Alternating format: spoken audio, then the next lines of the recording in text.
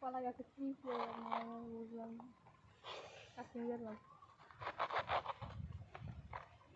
এগুলো বুঝবি না তুই, পোলাপান মানুষ।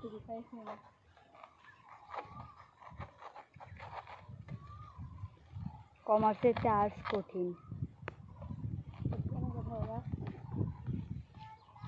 সবচেয়ে সহজ হচ্ছে সায়েন্স।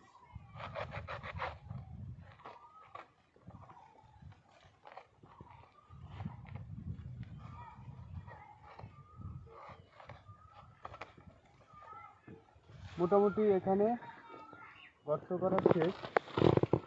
এখন আমরা যেটা করব সেটা হচ্ছে এই পাতাটা দিয়ে সুন্দর করে ঢেকে রাখবো। একটা বিষয় আপনাদেরকে অবশ্যই লক্ষ্য রাখতে হবে, আপনারা যখন বাগানে প্রজেক্টে কাজ করেন তখন কিন্তু আপনাদেরকে বাড়ি থেকে কোনো কিছু আনার প্রয়োজন হয় না।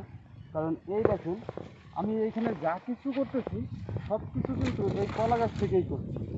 কলা গাছ থেকেই হচ্ছে আমি সমস্ত ম্যাটেরিয়ালসগুলো নিচ্ছি, এবং হচ্ছে মোটামুটি পানি নেওয়ার আগ পর্যন্ত কিছুই আমাকে বাড়ি থেকে আনতে হচ্ছে না। এটা এখানেই রয়েছে। কলা গাছ আসলেই একটি অত্যন্ত উপকারী উদ্ভিদ। আপনারা সকলেই না পারলেও বাড়ির আঙিনায় একটি করে কলা গাছ চাষ করবেন।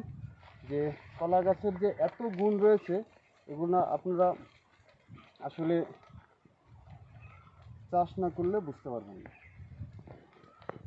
তো এটা ঢেকে রেখে গেলাম। আগামীকালকে ইনশাআল্লাহ সকালবেলা আপনাদেরকে এসে আমি এটা দেখাবো যে এটার ভিতরে কি হইল, এবং হচ্ছে এটা আমি আপনাদেরকে খেয়ে দেখাবো।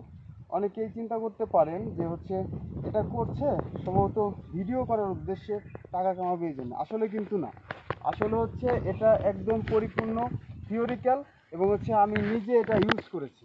তো সকলে ভালো থাকবেন, আগামীকালকে ভিডিও দেখার জন্য। সে পর্যন্ত সুস্থ থাকুন। আসসালামু আলাইকুম।